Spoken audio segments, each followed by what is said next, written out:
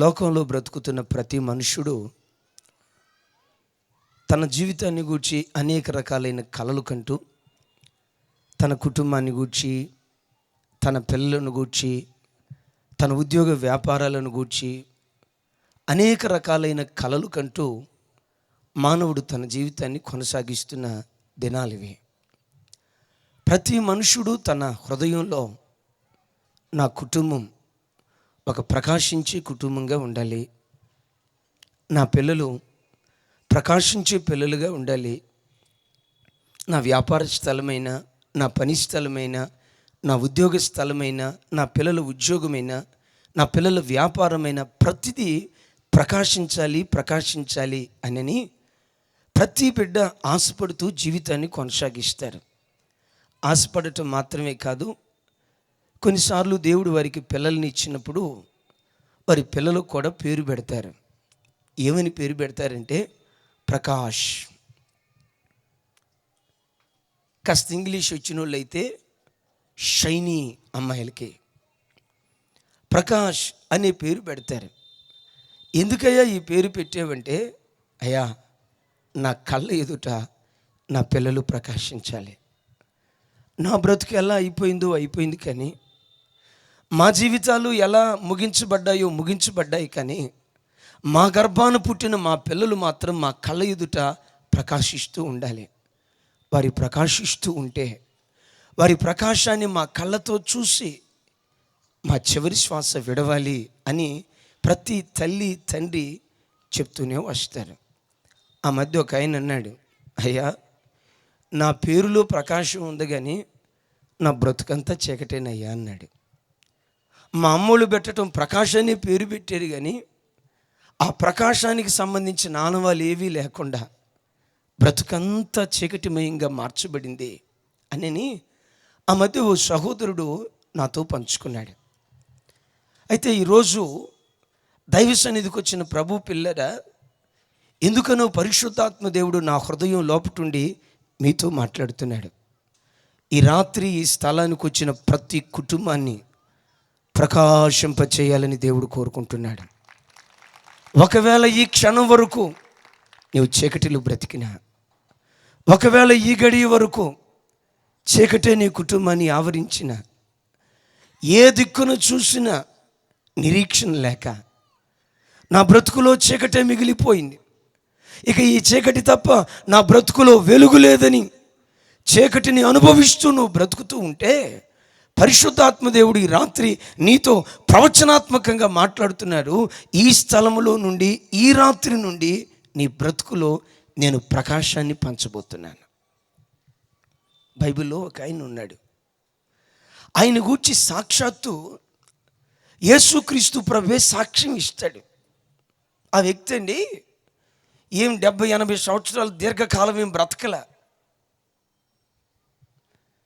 100 సంవత్సరాలు ఏం బ్రతకల, కేవలం 33 సంవత్సరాలు మాత్రమే బ్రతికాడు.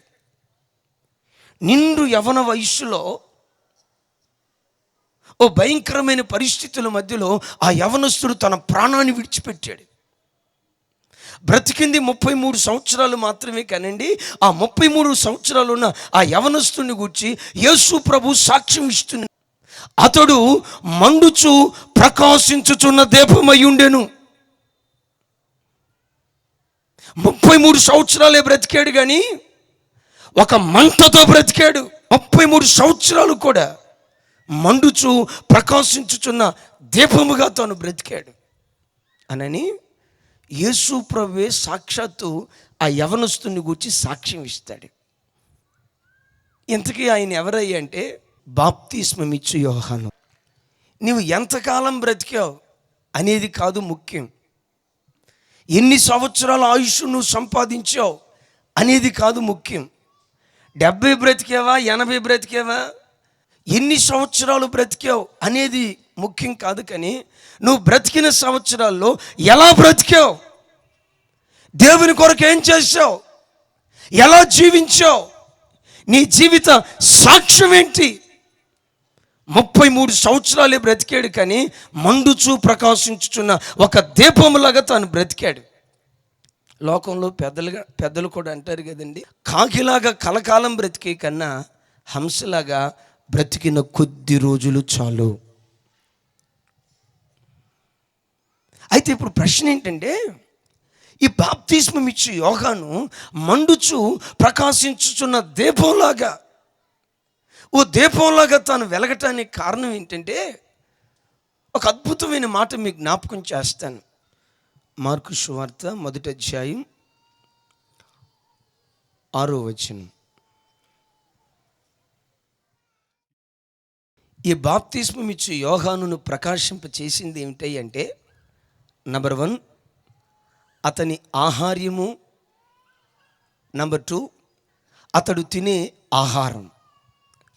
ఈ యోహాను గూర్చి బైబిల్లో ఏమని రాసిందంటే, ఈ గొప్ప దైవజనుని గూర్చి, అతడు ఒంటె రోమముల వస్త్రమును ధరించి మొల చుట్టూత తోలుదట్టి కట్టుకొని అరణ్యంలో బ్రతుకుతూ, ఆ అరణ్యములో బ్రతికినంత కాలం మిడతలను అడవి తేనెను తినుచు త్రాగుచు తన జీవితాన్ని కొనసాగించేవాడట. అతడి కలిగిన ఆ అనుభవం ఈ బాప్తిస్మం ఇచ్చే యోహానును మండుచు ప్రకాశించే దీపముగా మార్చింది. మీరు ఒక్కసారి ఆలోచించండి. ఈ దైవజనుని యొక్క వస్త్రధారణ కానీ, ఈ దైవజనుని యొక్క ఆహారం కానీ, వేషధారణ కానీ మనం చదివితే విచిత్రం అనిపిస్తుంది. కేవలం ఒంటె రోమముల వస్త్రాన్ని ధరించేవాడట, మొల చుట్టూత తోలుదట్టి ధరించి ఆ అడవి తేనెను త్రాగుతూ మిడతలు తింటూ అలా తన జీవితాన్ని కొనసాగించేవాడట ఈ గొప్ప దైవజనుడు. బైబిల్లో ఏ దైవజనునైనా మీరు చూడండి, ఆ రోజుల్లో ఓ ఏలియా ప్రవక్త కానీ, ఓ ఎలీషా ప్రవక్త కానీ, ఓ సమూయేలు ప్రవక్త కానీ, వీళ్ళ వస్త్రధారణ అంతా ఓ ప్రత్యేకంగా ఉండేది. ఓ ప్రత్యేకమైన రీతిలో వాళ్ళ వస్త్రధారణ కనపడుతూ వచ్చేది. ఈ రోజుల్లో చూడండి, విశ్వాసుల మనసులో కానీ, లోకంలో ఉన్న ప్రజల మనసులో కానీ, దైవజనుడంటే కోటు బూటు సూటు కంపల్సరీగా వేయాలి, ఆయన టీవీ స్పీకర్ అయి ఉండాలి, కనీసం ఒక 1000 మంది అయినా 1000 మంది ప్రజలైనా ఉండాలి. అలాంటి వ్యక్తిని కానీ, అలాంటి వ్యక్తిని పట్టుకొని కానీ విశ్వాసులు దైవజనులని పిలుస్తారు.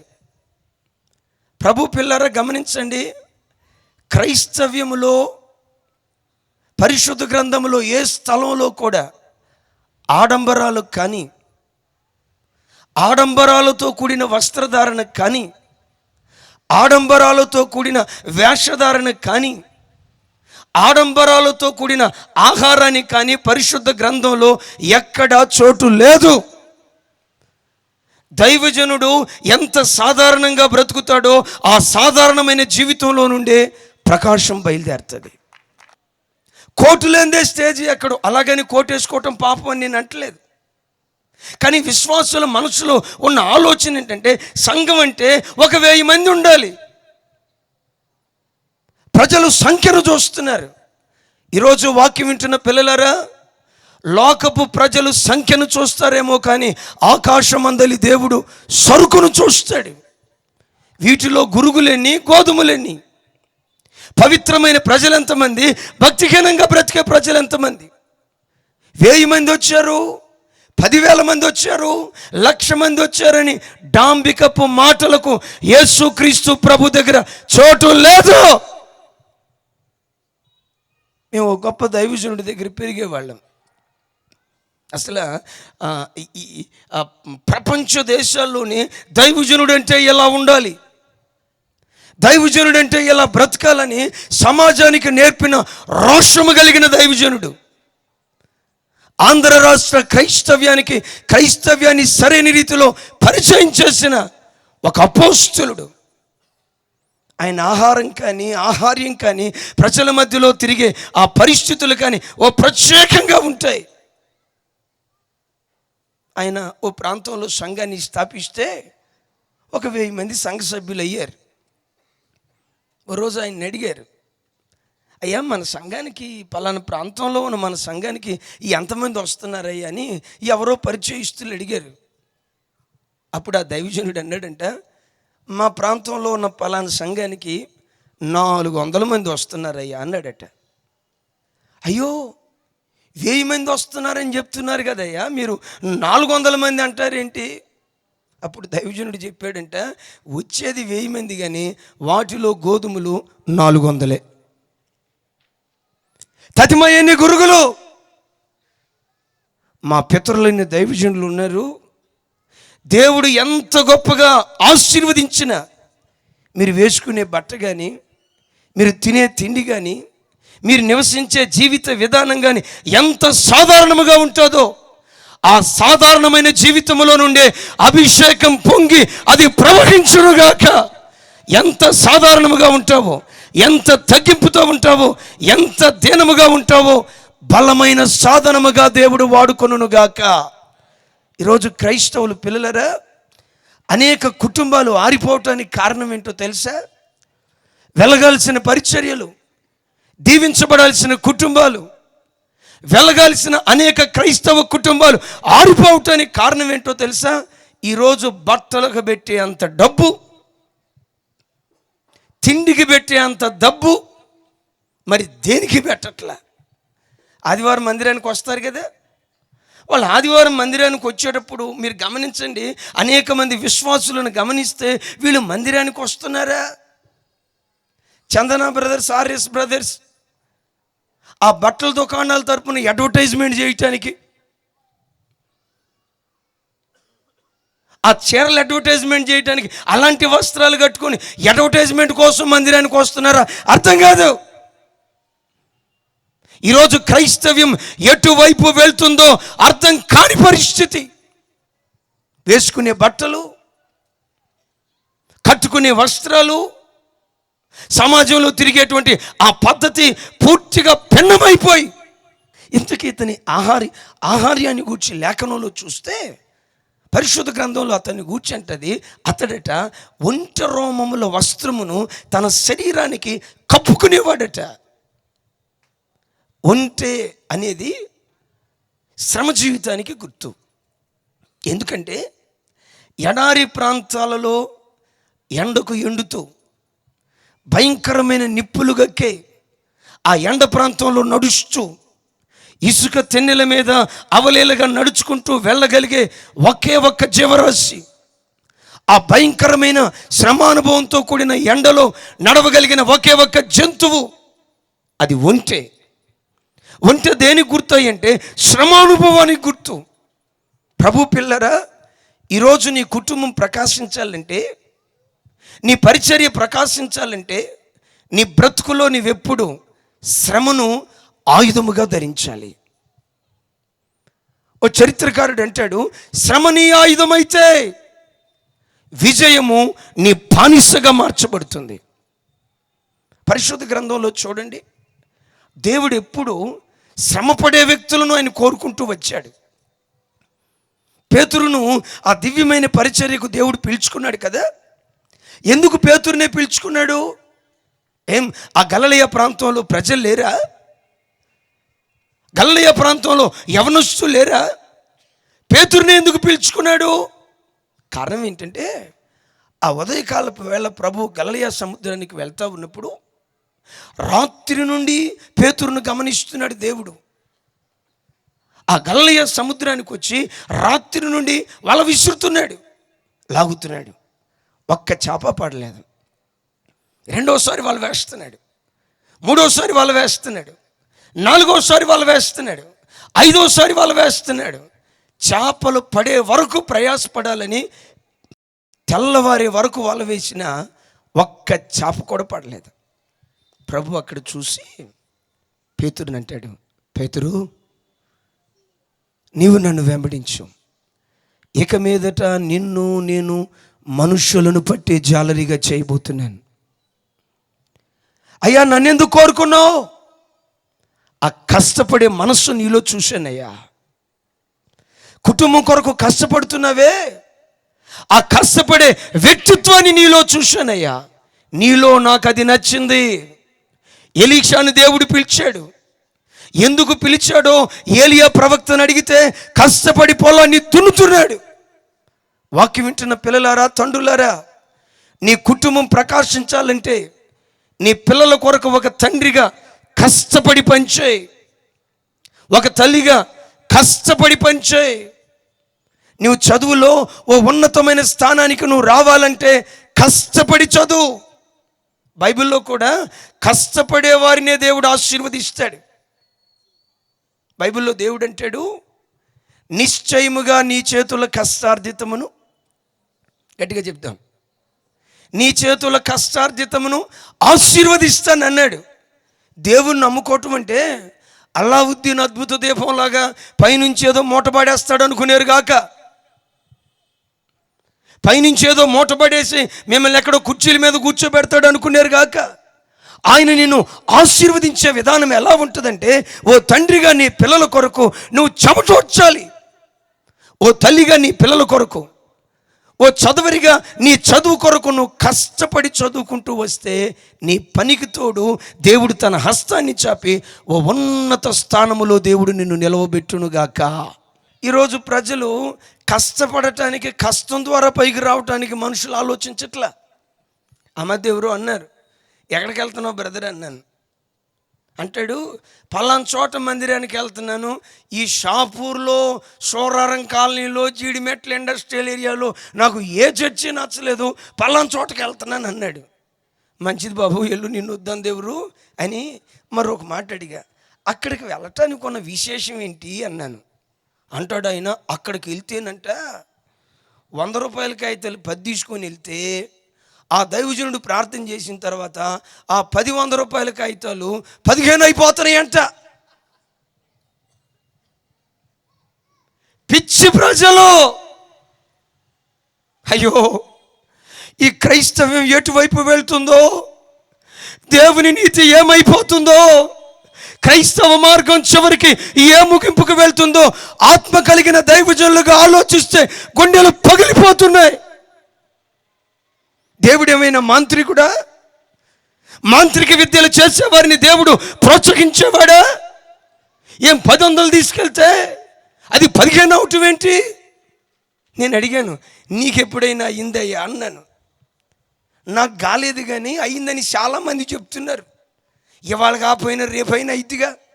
మరి మీ చర్చిలకు వచ్చామనుకో, 10 100 రూపాయల కాగితాలు తీసుకొని వస్తే వాటిలో ఒక 100 ఖాళీ.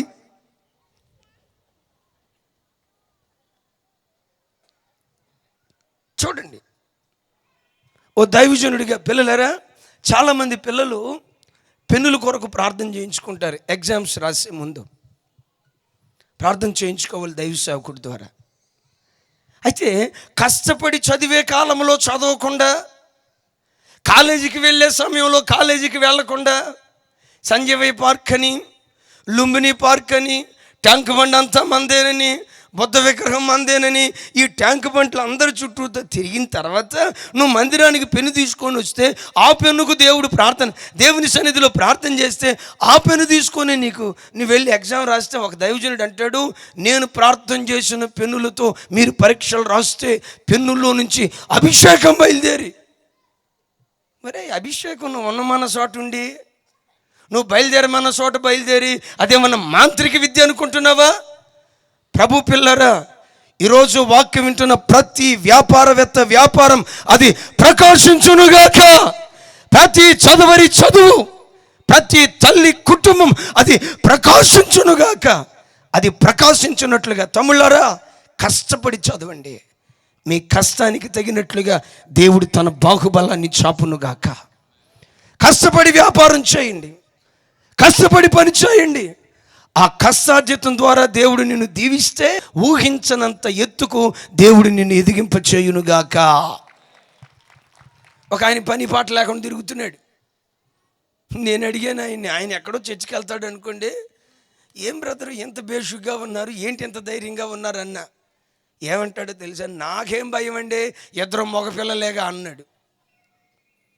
ఏం పిల్లలంటే 2 మగపిల్లలేగా అన్నాడు. ఏమిరా బాబు, మగపిల్లలు అయితే కష్టపడి సంపాదించవా అన్నాను. అంటాడు, నేను కష్టపడాల్సిన అవసరమే ఉందండి, ఆడి పెళ్ళిళ్ళు చేస్తే ఒక్కొక్కడు 10 లక్షలు కట్నం తెస్తాడు, ఆడితో బతకొచ్చు. గమనించండి, కష్టపడి పని చేసుకోవటం చేతగాక ఆడపిల్లలు తెచ్చే కట్నం డబ్బులతో బ్రతుకుతూ ఉంటే మీరు ఆలోచించండి, 10 లక్షలు నీ ఇంటికి వచ్చినట్లుగానే వస్తాయి, కానీ ఆ 10 లక్షలే ఒకానొక రోజు నీ దీపాన్ని ఆర్పి నీకు తెలియకుండానే నీ ఆశీర్వాదాన్ని దొంగిలిస్తుంది. జాగ్రత్త. యోహాను, నీ పరిచర్య ఏంటయ్యా? శ్రమను ఆయుధముగా ధరించి నా పరిచర్య చేస్తున్నాను. యోహాను, ఇది ఎవరు నేర్చుకున్నారు? మా బంధువైన మరియమ్మ ఉందే, మరియమ్మ కుమారుడు యేసుక్రీస్తు ప్రభు ఉన్నాడే, ఆయన మనసు ఎలాంటిదంటే శ్రమను ఆయుధముగా ధరించిన మనస్సు ఆయనది. ఆయన ఏం చేసేవాళ్ళంటే పగలంతా గ్రామాలు తిరిగి సువార్త పరిచర్య చేసేవాడు. రాత్రంతా పరలోకపు తండ్రి సన్నిధిలో ప్రార్థన చేస్తూ ఉండేవాళ్ళు. పగలంతా పని, రాత్రంతా ప్రార్థన, రాత్రంతా ప్రార్థన, పగలంతా పని. ప్రభు బ్రతికిన 33.5 సంవత్సరాలు ఆయన బ్రతికాడేమో, కానీ 3.5 సంవత్సరాలే ఆ పరలోకపు తండ్రి సేవ చేశాడేమో, కానీ ఆ 3.5 సంవత్సరాల్లో భూలోకాన్ని తల్లక్రిందులు చేశాడు ఆయన. ఆయన ప్రాంతానికి వెళ్తుంటే సాతాను గడగడ వణుకుతున్నాడు. ఆయన ఎదుట నిలవపడటానికైనా, ఆయన వస్తున్నాడంటే ఆయన ఎదుర్కోవటానికైనా అపవాది వణుకుతూ ఉన్నాడు. బైబిల్లో చోట రాసి ఉంటుంది, యేసుక్రీస్తు ఒక ఎద్దులాగా ఆయన ప్రయాసపడుతుంటే లోకమే ఆయన వెంట వెళ్ళిందట. రోజు వాక్యం వింటున్న పిల్లలారా, నీవు ఒక కర్షకుడిలాగా, ఒక ఎద్దులాగా, ఒక శ్రామికుడిలాగా నీవు చెమటోడ్చి కష్టపడి నీ సేవ కొరకు పనిచేస్తే, నీ కుటుంబం కొరకు పనిచేస్తే లోకమే నీ వెంట వచ్చునుగాక. ఆమేన్. బాప్తిస్మం ఇచ్చు యోహాను మినిస్ట్రీ ఏ ఫైర్ మినిస్ట్రీ. మండే అగ్ని లాంటి ఒక దివ్యమైన పరిచర్య. రెండవది వాక్యం అంటుంది, ఆయనట తన మల చుట్టూత తోలు దట్టి ధరించాడట. Praise the lord. ఒకటేమో ఒంటె రోమముల వస్త్రాన్ని ధరించాడట. రెండవది మల చుట్టూత తోలు దట్టి ధరించాడట. మల చుట్టూత తోలు దట్టి ధరించే అనుభవం దేనికి గుర్తుగా ఉందంటే, నడుము కట్టుకున్న తోలు దట్టి దేవుని తోడుకు గుర్తుగా ఉంది. ఎలాగూ అంటే ఇర్మియా గ్రంథంలో ఓ చోట దేవుడు అంటారు, నరుని నడుముకు నడికట్టు అంటి ఉన్న రీతిగా నా ప్రజలైన ఇశ్రాయేలీలకు నేను అంటి ఉన్నాను. నరుని నడుముకు బెల్ట్ ఏ రీతిగా అంటి ఉంటుందో నా ప్రజలైన ఇశ్రాయేలీలను నేను అలా అంటుకొని ఓ నడికట్టు వలె ఉన్నానని ఇర్మియా గ్రంథంలో దేవుడు సెలవిస్తాడు. ఈరోజు వాక్యం వింటున్న ప్రభు పిల్లరా, నీ జీవితంలో నీకు ధనం తోడుగా లేకపోయినా, బంధువర్గం తోడుగా లేకపోయినా, రక్త సంబంధికులు చుట్టాలు నీకు తోడుగా లేకపోయినా, నీ కన్నవారే నిన్ను దూరం చేసుకొని ఒక అనాథగా ఈ పట్టణంలో ఒంటరివాడిగా నిన్ను వదిలివేసిన, ఒకవేళ ఈ ఒంటరితనాన్ని బట్టి ఈ పట్టణంలో నాకెవరూ లేరు, నేను ఒక అనాథను, ఒక ఒంటరి బ్రతుకుతున్నాను, ఓ దిక్కుమాలిన స్థితిలో ఒంటరిగా ఈ పట్టణంలో నేను జీవిస్తున్నాను, నాకు ఆస్తి లేదు, బంధువులు తోడుగా లేరు, రక్త సంబంధికులు తోడుగా లేరని నీ ఒంటరితనాన్ని బట్టి నీవు ఏడుస్తూ ఉంటే, సహోదరుడా, నీకు ఒక శుభవార్త. ధనము నీకు తోడుగా లేకపోయినా, బంధువులు నీకు తోడుగా లేకపోయినా, నా దేవుడు ఒక్కడు నీకు తోడుగా ఉంటే చాలు. నీకు తోడుగా ఉన్న దేవుడు నిన్ను ప్రకాశింప చేయగలడు. ఎవరు నీకు తోడుగా లేకపోయినా, ఆస్తే తోడుగా లేకపోయినా, ఈరోజు వాక్యం వింటున్న నీ బ్రతుకులో నా దేవుడు ఒక్కడు నాకు తోడుగా ఉంటే చాలు. మనుషులు నాకు తోడుగా ఉన్నా లేకపోయినా, బంధువులు నన్ను పలకరించకపోయినా, ఆయన ఒక్కడు నాకు తోడుగా ఉంటే చాలు. ఆయన తోడు ద్వారా ఓ ప్రకాశించే దీపంగా నేను ఆశీర్వదించబడతాను. ఈరోజు ఎంతోమంది ఈ వాక్యం వింటూ ఒంటరితనాన్ని బట్టి కుమిలిపోతూ దైవ సన్నిధిలో కూర్చున్నావేమో. సహోదరి, నీతోనే నా దేవుడు మాట్లాడుతున్నాడు. నీవు ప్రకాశించటానికి నీ దేవుడు ఒక్కడు చాలమ్మా, నీ దేవుడు ఒక్కడు చాలయ్యా. బైబిల్లో ఒక యవనస్తుడు ఉన్నాడు. ఆ యవనస్తుడు చిన్నతనంలోనే తల్లిని పోగొట్టుకున్నాడు. తల్లిని పోగొట్టుకుని ఆ తండ్రి తోడుతో ఓ రకంగా దయనీయమైన స్థితిలో తాను బ్రతుకుతున్నాడు. ఇక వీడికి తల్లి లేదు కదా అని కాస్తంత మమకారం తండ్రి చూపిస్తూ ఉంటే తతిమ తోబుట్టువులు 11 మంది ఇతని మీద ఈర్ష్యపడి దేశం కాని దేశానికి అమ్మేశారు. తల్లి లేదు, తండ్రి లేడు, తోబుట్టువులు ఎవ్వరూ అతనికి తోడుగా లేరు. చివరికి తోబుట్టువులే ప్రాణాన్ని తీసే శత్రువులుగా మారిపోయి దేశం కాని దేశానికి ఒక అనాథగా అమ్మివేశారు. బైబిల్లో రాయబడిన మాట, తండ్రి తోడుగా లేకపోయినా, అన్నలు తోడుగా లేకపోయినా, తల్లి తోడుగా లేకపోయినా దేవుడైన యెహోవా యోసేపునకు తోడై ఉండెను గనుక అతడు అంతకంతకు వర్ధిల్లుచు వచ్చాడు. నీకు ఒక శుభవార్త. మనుషుల ప్రేమ నీకు దూరం అవుతున్నప్పుడు దేవుని ప్రేమ నీకు దగ్గర అవుతుంది సుమి. మనుషులు నిన్ను అసహించుకుంటున్నప్పుడు ఎనలేని ప్రేమను దేవుడు నీ మీద ప్రత్యక్షపరుస్తున్నాడు, మర్చిపోకో. ప్రజలు నిన్ను చెదరిస్తున్నప్పుడు, ప్రజలు నిన్ను అవమానపరుస్తున్నప్పుడు, ప్రజలు నిన్ను తృణీకరించినప్పుడు, ఆ తృణీకారాల మధ్యలో ప్రజలు నిన్ను దూరం పెడుతూ నేను దూరస్తుని చేస్తూ ఉంటే ఆ భయంకరమైన పరిస్థితుల మధ్యలోనే దేవుడు నీకు దగ్గరగా నా కుమారి, నీ భర్త లేకపోయినా నేను లేనా? నీ భార్య లేకపోయినా నేను లేనా? నీ తల్లిదండ్రులు లేకపోయినా నేను లేనా? నేనున్నాను గనుక భయపడుకోమని ఆ ప్రేమ అనుక్షణము నిన్ను ఆదరించునుగాక. ఏ తోడు లేకపోయినా యోసేపుకు దేవుడైన యెహోవా తోడుగా ఉన్నాడు.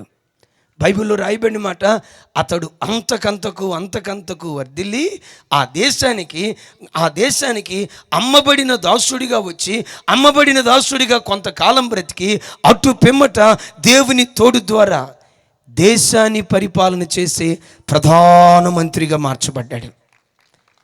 దేశానికే దీవెన కారణంగా మార్చబడ్డాడు. అయ్యా, నీకు తెలుసా, నీ ఉద్యోగం నీకు తోడుగా ఉంటే నీ కుటుంబానికే దీవెన కారణంగా ఉంటావేమో. నీ వ్యాపారం నీకు తోడుగా ఉంటే నీ పిల్లలకే దీవెన కారణంగా ఉంటావేమో. నా దేవుడు నీకు తోడుగా ఉంటే ఓ దేశానికే దీవెన కారణముగా నిన్ను నిలవబెట్టగలడు. ఓ గ్రామానికి కాదు, ఓ పట్టణానికి కాదు, ఓ ప్రాంతానికి కాదు, ఓ రాష్ట్రానికి కాదు, ఓ దేశానికే. ప్రతిరోజు మేము లేవటంతో ప్రభుని అడిగేది, నైనా ఈ జీడిమెట్ల ప్రాంతానికి మమ్మల్ని పరిచయం చేయొద్దు, పరిమితం చేయొద్దు. హైదరాబాద్ పట్టణానికే మమ్మల్ని మీరు పరిమితం చేయొద్దు.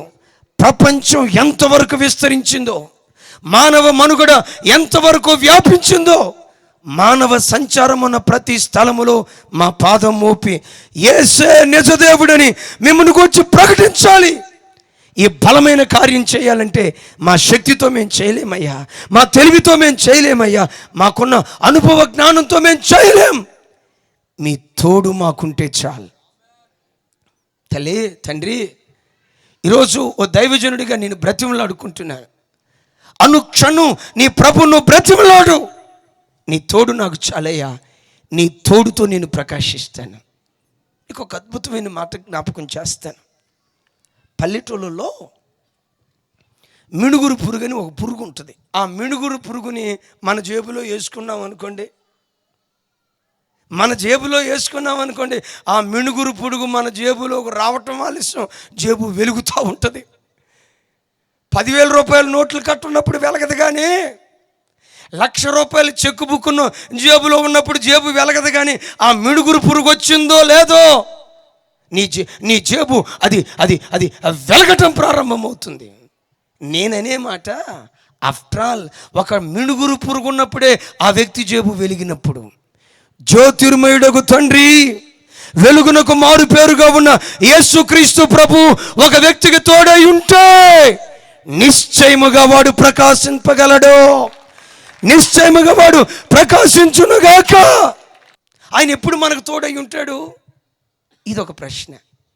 బైబిల్లో యేసు ప్రభు అంటారు, నేను ఎల్లప్పుడూ ఆయనకి ఇష్టమైన కార్యాలు చేయువాడను గనుక నన్ను పంపినవాడు నన్ను ఒంటరిగా విడిచిపెట్టకుండా నాకు తోడై ఉన్నాడని యోహాను సువార్తలో యేసు ప్రభు అంటారు.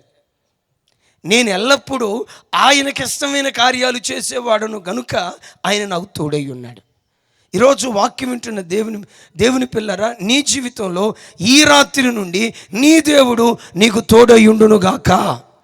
ఈ క్షణం వరకు ఒకవేళ దేవుని తోడు లేక నువ్వు బ్రతికినా, దేవుని తోడు లేకుండా నీ సంఘం కట్టుబడిన, దేవుని తోడు లేకుండా నీ కుటుంబం కట్టుబడుతూ వచ్చిన ఓ దైవజనుడిగా నా నోటు నుండి దేవుడు పలికిస్తున్నాడు, ఈ రాత్రి నుండి దేవుడు నీకు నీ కుటుంబానికి తోడై ఉండునుగాక. అయితే ఆయన మనకు తోడై ఉండాలంటే మనం చేయాల్సింది ఒక్కటే, ఎల్లప్పుడూ ఆయనకి ఇష్టమైన కార్యాలు చేయాలి. ప్రార్థన చేసిన వాళ్ళందరికీ ఆయన తోడై ఉండడు. దైవజనులు ప్రార్థన చేసినంత మాత్రాన దేవుడు మనకు తోడై ఉండడు. ఎప్పుడైతే నీవు ఆయనకి ఇష్టమైన కార్యాలు చేస్తావో, ఆయనకి ఇష్టమైంది ఏదో దాన్ని నువ్వు గుర్తించి ఆ పని నువ్వు చేస్తే నీవు ఆరాధించే దేవుడు నీకు తోడై ఉంటాడు. ఆ మధ్య ఒక తల్లి 10వ తరగతి పరీక్షలకు వాళ్ళ అబ్బాయిని తీసుకొని వెళ్తా, అయ్యారు మీరు ప్రార్థన చేస్తారంటే కాస్త ప్రార్థన చేయండి అంది. ఏంటమ్మా అన్నాను. మా ఊడికి సోషల్ బాగానే చదువుతాడు, ఇంగ్లీష్ బాగానే చదువుతాడు, లెక్కల దగ్గరకు వచ్చేసరికి పూర్తిగా డల్ అయ్యారు, లెక్కలు సరిగ్గా చేయలేడు, కష్టపడు, లెక్కల పరీక్ష బాగా రాసేటట్లుగా ప్రార్థన చేయండి అంది. మా బిడ్డకు దేవుడు తోడై ఉండేటట్లుగా ప్రార్థన చేయండి అంది. ఎందుకు చేయనమ్మా, తప్పకుండా చేస్తాను అని ఆ చిన్న బిడ్డని దగ్గరకు తీసుకొని నెత్తిమే చేయబెట్టి ప్రార్థన చేయబోయే లోపు మరలా తల్లి అంటది, అయ్యగారు మా అబ్బాయికి దేవుడు తోడై ఉండునట్లుగా, మా అబ్బాయి ఇప్పుడు లెక్కల పరీక్షకి వెళ్తా కాపీలు తీసుకొని వెళ్తున్నాడు, స్లిప్పులు కాపీలు తీసుకొని వెళ్తున్నాడు. దేవుడు తోడుగా ఉండి చక్కగా కాపీలు కొట్టేటట్లుగా, మా అబ్బాయి ఏ కాపీలు అయితే తీసుకొని వెళ్తున్నాడో అవే లెక్కలు వచ్చేటట్లుగా గట్టిగా ప్రార్థన చేయండి అయ్యగారు, మా అబ్బాయికి దేవుడు తోడుకుంటాలంది. నా గుండె పగిలిపోయింది. మీరు నవ్వారు కానీ నాకు నవ్వు రాలా, మీరు నవ్వుతున్నారు బాగానే ఉంది, నాకు నవ్వు కాదు కదా, కాస్తంత విస్మయం, గుండె ఆగిపోయినంత పని అయిపోయింది. నాకు అర్థం కాక కాఫీ తీసుకెళ్తాను, ఏంటమ్మా ఏంటి మధ్యలో ఏమన్నా మీ ఊడన్నా కాఫీ తాగుతాడా అన్న. ఆ కాఫీ కాదు అయ్యగారు, మీరు చదువుకున్నారంటగా, చాలామంది చెప్తున్నారు మీరు చదువుకునే సేవకు వచ్చారంట కదా, ఇంజనీరింగ్ చదివి సేవకు వచ్చారంట కదా, మీకు తెలియందా ఇది కాఫీ తీసుకెళ్తున్నాడు అంది. ఏంటమ్మా కాపీ అంటే, మా ఊడికి లెక్కలు సరిగ్గా రావని పాత ఎగ్జామ్ పేపర్ల నుంచి కొన్ని లెక్కలు రాసుకొని స్లిప్పులు తీసుకొని వెళ్తున్నాడు. అయ్యగారు మీరు గట్టిగా ప్రార్థన చేయండి, మీరు ప్రార్థన చేస్తే అయిద్దంట, ఈ లెక్కలే పరీక్షల్లో రావాలి, మా అబ్బాయికి దేవుడు తోడుగా ఉండాలి. ఆ ఇన్విజిలేటర్ ఆ కంటిన మా అబ్బాయి కనపడకుండా తన గుడారపు చాటున మా అబ్బాయిని దాచిపెట్టినట్లుగా. ఎక్కడంట చెప్పాలి ఎక్కడంట చెప్పాలి గట్టిగా. గుడారపు చాటున మా అబ్బాయిని దాచిపెట్టేటట్లుగా చక్కగా స్లిప్పులు కొట్టేటట్లుగా ప్రార్థన చేయండి అంతే. పిల్లలారా, అపవిత్రమైన కార్యాలు చేసే ఏ వ్యక్తికి, నీతిమాలిన పనులు చేసే ఏ స్త్రీకి, నీతి తప్పి క్రమము తప్పి అక్రమమైన ప్రవర్తనతో ప్రవర్తించే ఏ వ్యక్తికి నీతిమంతుడైన దేవుడు తోడై ఉండడు. ఎప్పుడు ఆయనకి ఇష్టమైన పని నువ్వు చేస్తావో, ఆయనకు ప్రియమైన పని ఎప్పుడు చేస్తావో, ఆయనను సంతోషపరిచే పని ఎప్పుడైతే నువ్వు చేస్తావో, నిన్ను ప్రకాశింపచేసే దేవుడు నీ ప్రక్కనే నిలుచునుగాక. ఆమేన్ ఆమేన్ ఆమేన్. బాప్తిస్మం ఇచ్చి యోహాను ఓ మండే జ్యోతిగా, ప్రకాశించే దీపంగా ఎందుకు నువ్వు వెలుగుతూ వచ్చావు? నేను ఎక్కడికి వెళ్ళినా నరుని నడుముకు నడికట్టు తోడుగా ఉన్న రీతిగా నా దేవుడు నాకు తోడై ఉంటూ వచ్చాడయ్యా. ఏ ప్రాంతానికి వెళ్ళినా ఆయన తోడు నన్ను వెంటాడుతూ ఉంది. ఏ స్థలంలో కూర్చున్నా ఆయన ప్రసన్నత నన్ను ఆవరిస్తుంది. నా ముందు ఆయన ఉన్నాడు, నా వెనక ఆయన ఉన్నాడు, నా చుట్టూతో ఆయన ఉన్నాడు. ఆయన హస్తం నా తల మీద చాపబడి ఉన్నది. ఆయనే నాకు తోడై ఉంటే నేను ప్రకాశించగా వెలుగుమయంగా మార్చబడకుండా ఎలా చీకట్లో ఉంటాను? నాకు తోడయ్యున్న దేవుడు నన్ను ప్రకాశింపచేసేవాడు కనుక ఎక్కడికి వెళ్ళినా నేను ప్రకాశిస్తూ ఉన్నాను. ఈరోజు వాక్యం వింటున్న పిల్లలరా, ఈ వాక్యం వింటున్న నీ బ్రతుకులు ఒకవేళ దేవుని తోడును పోగొట్టుకొని ఒకప్పుడు భక్తిగా బ్రతికి తెలియకుండా భక్తిహీనపు మార్గాల వైపు వెళ్ళి భక్తిని పోగొట్టుకొని దేవుని తోడును పోగొట్టుకొని ఒక సంసోనులాగా మారిపోయి ఓడిపోయిన వ్యక్తిగా ఈ రాత్రి ఈ స్థలానికి వచ్చావేమో. కుటుంబంలో ఓడిపోయి, చదువులో ఓడిపోయి, వ్యాపారంలో ఓడిపోయి, ఆర్థిక స్థితిగతుల్లో ఓడిపోయి, పిల్లల విషయంలో ఓడిపోయి, కాపురంలో ఓడిపోయి ఒక ఓటమిని ఎదుర్కొన్న వ్యక్తిగా సంసోనులాగా ఈ రాత్రి ప్రార్థనకు వస్తే ఎందుకనో నా దేవుడు కోరుకుంటున్నాడు. ఎందుకనో ఈ రాత్రి నా దేవుడు కోరుకొని నీతో మాట్లాడుతున్నాడు.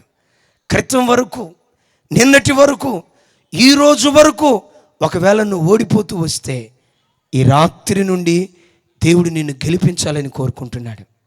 ఈ రాత్రి నుండి నీకు విజయాన్ని ప్రసాదించాలని దేవుడు కోరుకుంటూ ఉన్నాడు. ఆయన నీకు విజయాన్ని దయచేయనట్లుగా సదా దేవుడు నీకు తోడై ఉండునుగాక. చెప్దాం ఆమేన్. నిన్ను ప్రకాశింపచేసే శక్తి శ్రమ జీవితానికి ఉంది. నిన్ను ప్రకాశింపచేసే శక్తి తోలుదట్టికి దేవుని తోడుకున్నట్లుగా వాక్యంలో మనం చూస్తా ఉన్నాం. అది ఆయన ఆహార్యం. ఆయన ఆహారం దగ్గరకు వస్తే మీరు ఆలోచించండి, ఆయన ఆహారం చాలా భిన్నమైంది, చాలా భిన్నమైంది. ఆయన తిండిని గూర్చి బైబిల్లో ఏమని రాస్తుందంటే ఆయన అడవి తేనెను త్రాగేవాడట. మిడతలను తింటూ తన సేవను ఆయన కొనసాగిస్తూ వచ్చేవాడంట. తిండి ఎలా ఉందో చూడండి, అతని ఆహారం విధానం ఏ రీతిగా ఉందో చూడండి. ఈరోజు అనేక మంది ప్రభు పిల్లరా తిండికి విపరీతంగా డబ్బు ఖర్చు పెడుతున్నారు. ఒకరోజు ఓ ప్రాంతంలో మేము పరిచర్యకి వెళ్తే ఆ ప్రాంతంలో నుండి గమనించండి, తిండి కొరకు ప్రజలు ఎగబడుతున్నారు. పరిస్థితి ఏంటంటే అనేక మంది తిండి వైపు పరిగెత్తి జీవితాలు పాడు చేసుకుంటున్నారు. బైబిల్లో రాయబడిన మాట, తిండిపోతాను, నిద్రపోతాను, చింపిరి బట్టలు ధరించడానికి కారణమవుతుందట. ఏది కారణమవుతుందట చెప్పండి, చెప్పాలి. ఏది కారణమవుతుందట? తిండిపోతాను, నిద్రపోతాను, చింపిరి బట్టలు ధరించడానికి కారణమవుతుందని లేఖనంలో రాయబడి ఉంది. బాప్తిస్మం ఇచ్చి యోహాను తను ఏమి త్రాగేవాడంటే వాక్యం అంటుంది సాక్షాత్తు అడవి తేనెను త్రాగుతూ ఉండేవాడట. తేనె అనటంతో మీ అందరూ బాగా ఎరిగిన సమాచారం, తేనె దేవుని వాక్యానికి గుర్తు. దావీదు భక్తుడు అంటాడు కదా, వెండి బంగారాల కంటే, జుంటు తేనె దారాల కంటే నీ వాక్యము మధురమైనదని కీర్తనలో దావీదు భక్తుడు అంటాడు కదా. తేనె అనేది దేవుని వాక్యానికి గుర్తు. ఈరోజు వాక్యం వింటున్న ప్రభు పిల్లరా, నీ వ్యక్తిగత జీవితంలో ప్రతిరోజు తేనె వంటి దేవుని వాక్యాన్ని ప్రతిరోజు నువ్వు త్రాగుతూ ఉంటే, ఏ వాక్యాన్ని చదివేవో, ఏ వాక్యాన్ని విన్నావో ఆ వాక్యానుసారంగా నువ్వు బ్రతుకుతూ వస్తే ఆ వాక్యమే నిన్ను ప్రకాశింపచేయునుగాక. నిన్ను ప్రకాశింపచేసే శక్తి దేవుని వాక్యంలో ఉంది.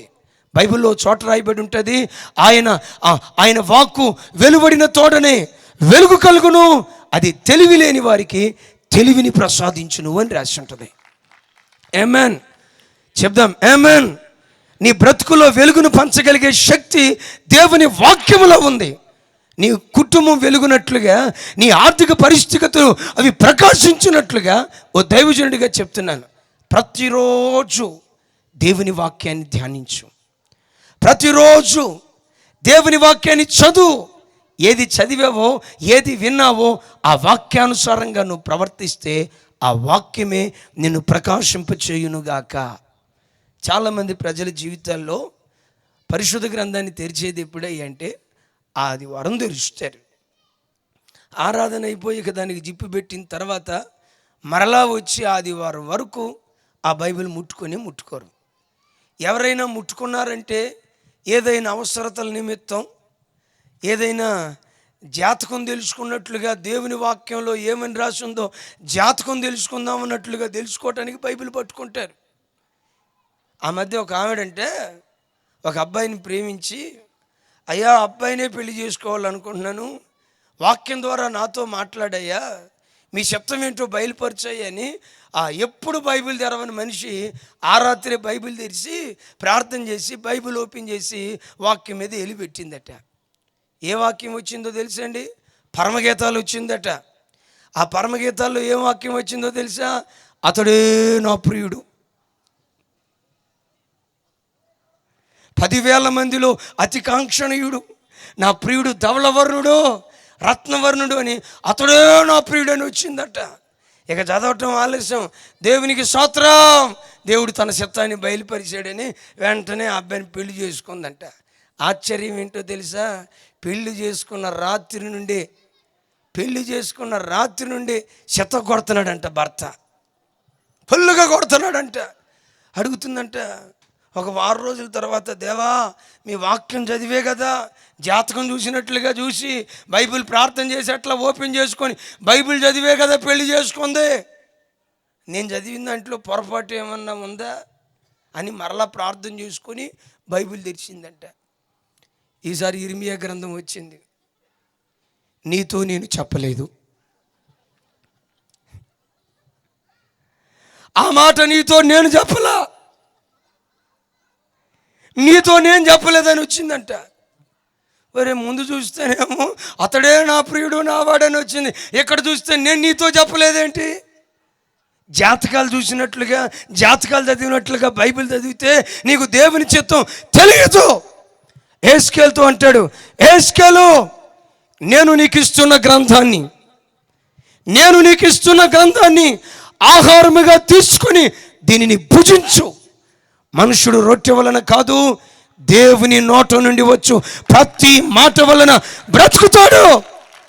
చదువు వాక్యం, నీ బ్రతుకు బాగుపడింది.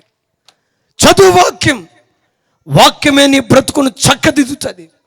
చదువు వాక్యం, దేవుని చిత్తం ఏంటో దేవుని ప్రణాళిక ఏంటో నీకు అర్థమవుతూ వస్తుంది. ఎందుకు వాక్యానికి ఎంత విలువ ఉందో తెలుసా? ఈ వాక్యం ఒక పుస్తకం కాదు సుమి. ఈ వాక్యం ఏదో మనుషుడు రాసిన మాటలు కాదు.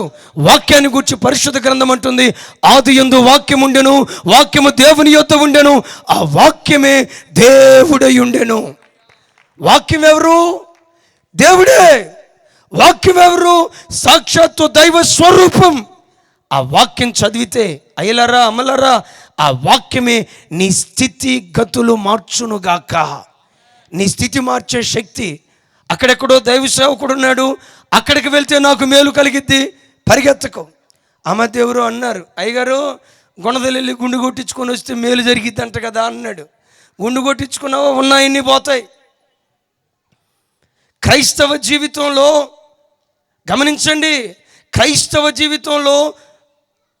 క్రైస్తవ దేవాలయాలకు వెళ్ళి వెంట్రుకలు అర్పించటం లేఖనానుసారం కాదు.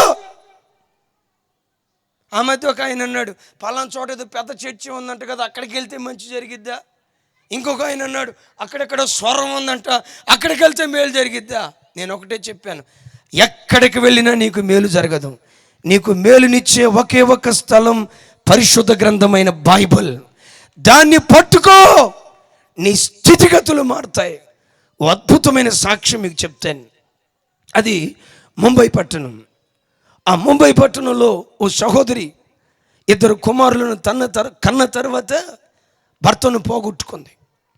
ఆ పిల్లలు చిన్న పిల్లలు అయ్యారు. చూడండి, ఆ పిల్లలు చిన్న పిల్లలు అయ్యారు. ఆ పిల్లలను పెంచి పోషించటం ఈ తల్లికి చాలా కష్టమైపోయింది. కారణం ఏంటంటే, భర్త బ్రతికి ఉన్న దినాల్లో ఈ స్త్రీ ఎప్పుడు బయటకు వెళ్ళింది కాదు. భర్త కుటుంబాన్ని పోషించేవాడు, ఆదరించేవాడు, ధైర్యపరిచేవాడు.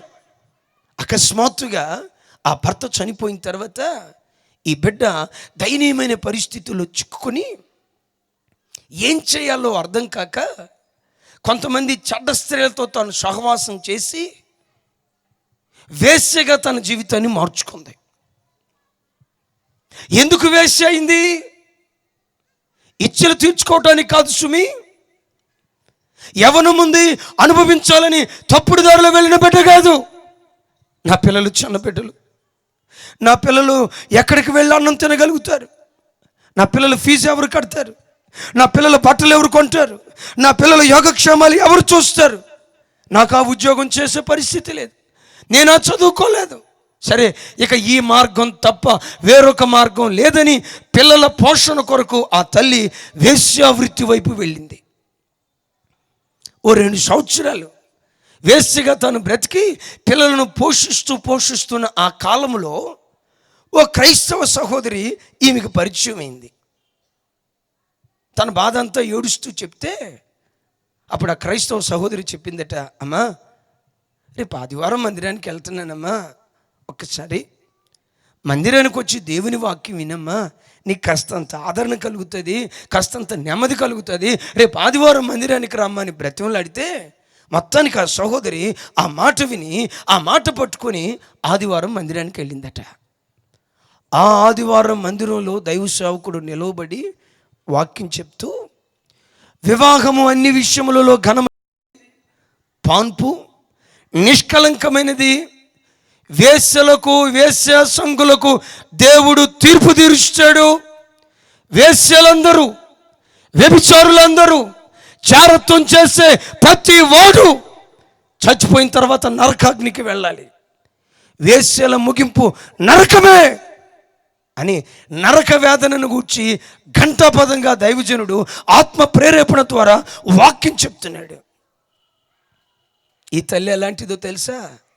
అక్కడ కూర్చొని ఈ మాటలు దైవజనుడు ఎప్పుడైతే చెప్తున్నాడో గుండెల్లో నుంచి వణుకు ప్రారంభమై గడగడ గడగడగడమని వణుకుతూ, అయ్యో దేవుడు నన్ను కూర్చొని చెప్తున్నట్టున్నాడు, అయ్యో దేవుడు నా స్థితిని ఎరిగే ఆయన మాట్లాడుతున్నాడు, అయ్యో నా పలకినతను దేవుడు చూస్తే నన్ను బాగు చేయాలనే దేవుడు నాతో మాట్లాడుతున్నాడని వాక్యం వింటూ వింటూ ఆ హృదయం పిండబడి పశ్చాత్తాపంతో ఏడవటం ప్రారంభించింది.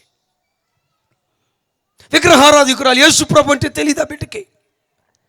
ఏడవటం ఆ క్రైస్తవ సహోదరి చూసి, అమ్మా ఏంటి ఇంతలా ఇలా ఏడుస్తున్నావంటే అప్పుడు తన పరిస్థితి అంతా చెప్పిందట. అమ్మా నేను ఒక భయంకరమైన వేశ్యను, అలాగని ఇచ్చలు తీర్చుకోవటానికి ఈ వృత్తిలోకి నేను రాలేదు, కేవలం నా బిడ్డల కొరకే. ఈ వాక్యం విన్న తర్వాత నా గుండె పగిలిపోతుందమ్మా అంటే దైవజనుడు చెప్పాడట, అమ్మా ఏం ఆ సహోదరి చెప్పిందట, అమ్మా ఏం బాధపడద్దు, మా దైవజనులకు మిమ్మల్ని పరిచయం చేస్తాను, మాట్లాడతాను అని ప్రార్థన అంతా అయిపోయిన తర్వాత ఈ సహోదరుని తీసుకొని దైవజనుడికి పరిచయం చేసిందట. ఆ దైవజనుని ఎదుట ఈ సహోదరి తన బాధ అంతా చెప్పిందట. అప్పుడు దైవజనుడు చెప్పాడు, అమ్మా పిల్లల కోసం శరీరాన్ని నమ్ముకొని అక్రమ మార్గాలను ధనాన్ని సంపాదిస్తే ఆ ధనము నీ పిల్లలను ప్రయోజకుల్ని చేయదు. అది శాపగ్రస్తమైన డబ్బు కనుక ఆ డబ్బుతో రేపు నీ పిల్లలు శాపగ్రస్తులే అవుతారు. బ్రతికేదేదో నీతిగా బ్రతుకు. అయ్యా నీతిగా బ్రతకటానికి నాకు వేరే ఆధారం లేదు, నీకు ఒక మార్గం చూపిస్తాను. మా మందిరంలో కొంతమంది ధనవంతులు ఉన్నారు. వాళ్ళ గృహాలలో నువ్వు పాచి పని చేస్తే, వాళ్ళ ఇంట్లో పని చేస్తే వాళ్ళు మంచి స్థితిమంతులు, నీకు నెల నెల జీతం ఇస్తారు, ఆ జీతంతో నీ పిల్లలను చదివించుకో అని చెప్తే వెంటనే ఆ మాట విని, అయ్యా మీ మాట విన్న తర్వాత వాక్యం నేను గమనించిన తర్వాత నా వృత్తి మీద నాకు అసహ్యత కలుగుతుంది, నా వృత్తి మానేస్తున్నాను, ఈ రోజు నుంచి నేను నీతిగా బ్రతుకుతానని తన వృత్తిని వదిలిపెట్టి దైవజనుని మాట పట్టుకొని ప్రతిరోజు ఆ అధికారుల ఇళ్ళకు వెళ్ళి పాచి పని చేసి వారు పెట్టిన ఆ సద్దన్నం తీసుకొచ్చి తన పిల్లలకు పెట్టి ఆ కొద్ది డబ్బులతో కుటుంబాన్ని పోషించుకొని ప్రతి ఆదివారం మందిరానికి వెళ్తూ వెళ్తూ వెళ్తూ ఈ సహోదరి యేసుక్రీస్తు రక్తముతో కడగబడి బాప్తిస్మం తీసుకుంది. అలా దినాలు గడుస్తూ ఉన్నాయి, అలా దినాలు గడుస్తూ ఉన్నాయి. పిల్లలు ఎలాంటి వాళ్ళు అంటే తల్లి కష్టాన్ని జాగ్రత్తగా గమనించి కష్టపడి వాళ్ళు చదువుకుంటున్నారు. పెరిగి పెద్దవాళ్ళు అయిన తర్వాత ఆ ఇద్దరు కుమారుల్లో పెద్ద కుమారుడు ప్రస్తుతం ముంబై పట్టణంలో మహా గొప్ప దైవ సేవకుడిగా దేవుని సేవ చేస్తున్నాడు. రెండవ కుమారుడు ఉన్నాడు చూసారా, అదే ముంబై పట్టణంలో IAS ఆఫీసర్గా ఉద్యోగం చేస్తున్నాడు. పెద్ద కుమారుడు దైవజనుడు, రెండవ కుమారుడు ఐఏఎస్ ఆఫీసర్. మందిరంలో తల్లులు అడిగారట ఆ స్త్రీని, అమ్మా నీ స్థితిగతులు మార్చింది ఎవరు? ఒకప్పుడు వేశ్యావృత్తిలో చెడ్డ స్త్రీగా నువ్వు బ్రతుకుతూ ఉండేదానివి కదా. ఒక వేశ్య కడుపున పుట్టిన బిడ్డల్లో ఒకడు దైవజనుడు అయ్యాడు, మరొకడు ఐఏఎస్ ఆఫీసర్ అయ్యాడు. మీ స్థితిగతులు మార్చింది ఎవరమ్మా? అప్పుడు ఆ తల్లి చెప్పిందట, మా స్థితిగతులను మార్చింది శక్తి కలిగిన దేవుని వాక్యం.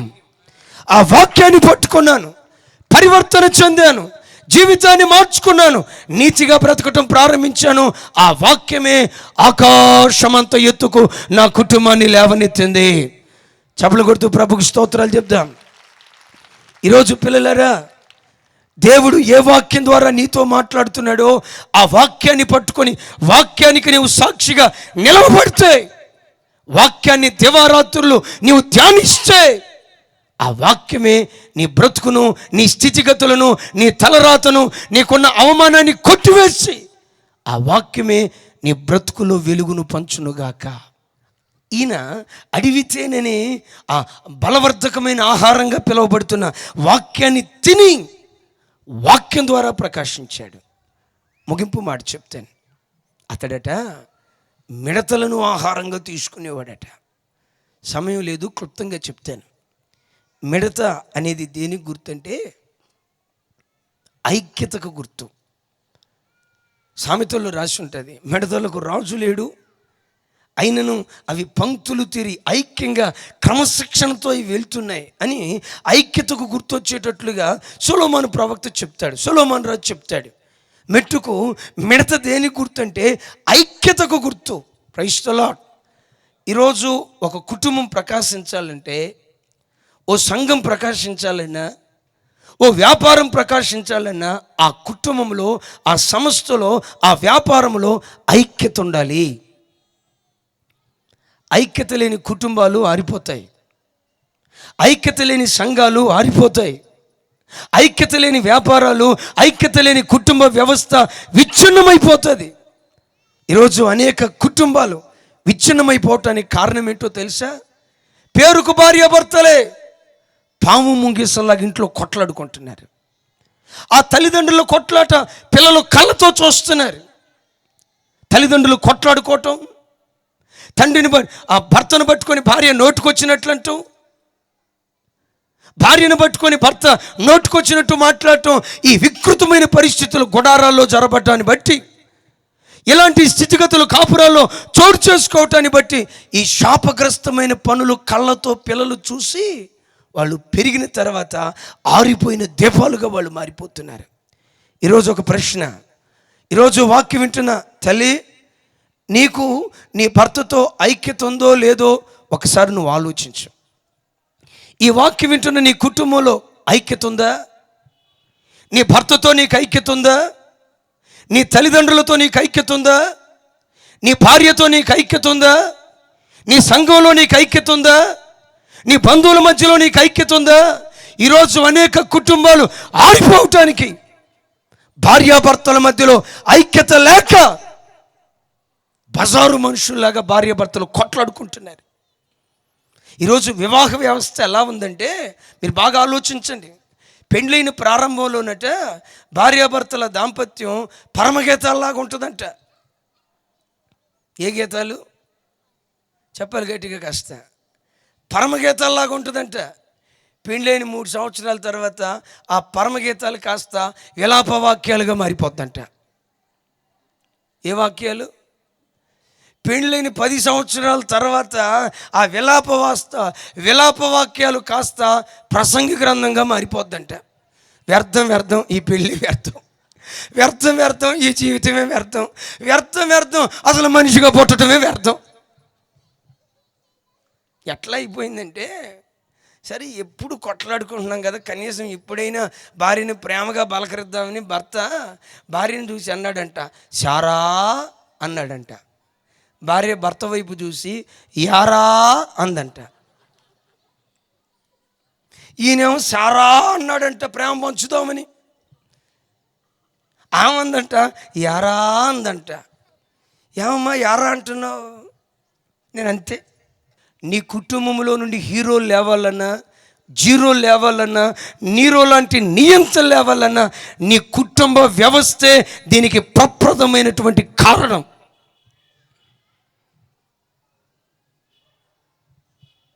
సంఘాల్లో చూడండి, క్రీస్తు రక్తంతో కడగబడి యేసుదేవుడు నాకు కావాలని సంఘాలకు వచ్చి సంఘాల్లో ప్రవేశించిన తర్వాత కూడా కులాల కొట్లాట సంఘంలో. ఆడు మన కులమా వేరే కులమా, మన ప్రాంతం వాడా వేరే ప్రాంతం వాడా, ఈ ప్రజలు సంఘాల్లోకి వచ్చి కూడా సంఘాలలో అనైక్యత కలుగు చేస్తూ సంఘాలు ఈ రోజున కలహాలకు నిలయాలుగా మారిపోతున్నాయి. ప్రత్యేకంగా సంఘాల్లో కలహాలు ఎవరి వలన వస్తున్నాయో తెలుసా? కొత్తగా వచ్చే విశ్వాసుల వల్ల రావు. ఎప్పుడో సీనియర్ విశ్వాసులుగా ఉంటారు చూసారా, ఏ సంఘానికి వెళ్ళినా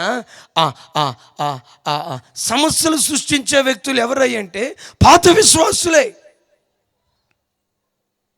ఒక అనుభవం పొందుకున్న తర్వాత సమస్యలు పరిష్కరించే విశ్వాసి ఉండాలి, కానీ సమస్యలు సృష్టించేవాడిగా పొరపాటున ఉండకూడదు.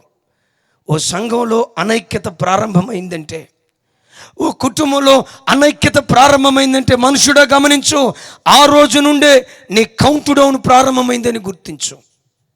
మీరు అనొచ్చు, అయ్యా ఐక్యంగా ఉండాలని మా సంఘాలు కట్టుకోవాలి అనుకుంటున్నాం, ఐక్యంగా మా కుటుంబాలు కట్టుకోవాలి అనుకుంటున్నాం, మా వల్ల కావట్లేదు. మేము ఐక్యంగా ఉండాలంటే ఏం చేయాలి?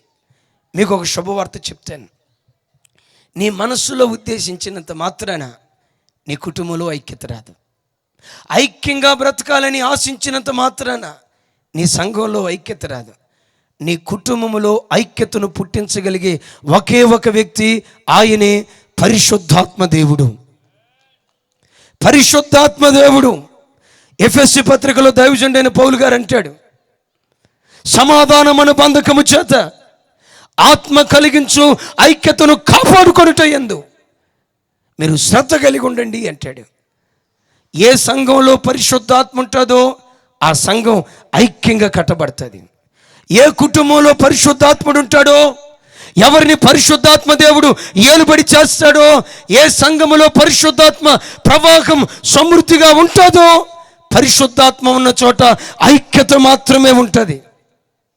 ఎందుకంటే వీళ్ళందరినీ ఐక్యపరచడానికి ఆ స్థలంలో ఎవరుంటారు చెప్పండి? పరిశుద్ధాత్మ దేవుడు ఉంటాడు. మీకు ఒక బలమైన ఆధారం చూపిస్తాను. బాప్తిస్మం ఇచ్చే యోహాను జీవితంలోనే ఆయన పుట్టక మునుపు వృద్ధాప్యంలో ఆయన తల్లి ఎలిజబెత్ అమ్మ గర్భవతి అయి ఓ కుమారుని కంటది. ఆ కుమారుడికి పేరు పెడదామని ఆ తల్లి తీసుకొచ్చింది. దైవజనుడు ప్రార్థన చేసి,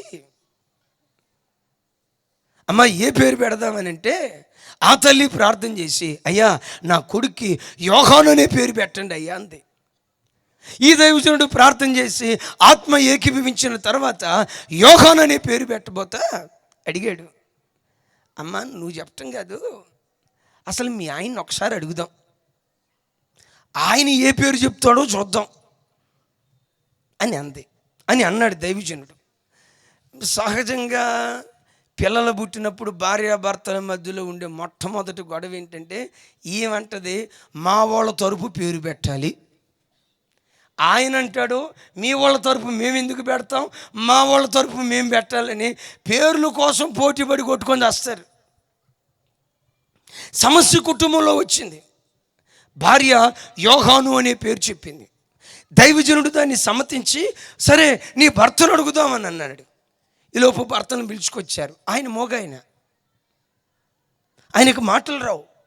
బాబు నీ కొడుకు ఏ పేరు పెట్టమంటావు అని నన్ను అడిగాడు.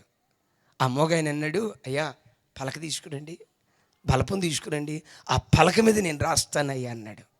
ఆ పలక బలపం తీసుకొచ్చిన తర్వాత ఆ పలక మీద రాస్తున్నాడు, నాకు పుట్టిన ఈ కుమారుడికి యోహాను అనే పేరు పెట్టాలి. భార్య ఏ మాట చెప్పిందో భర్త నోట అదే మాట.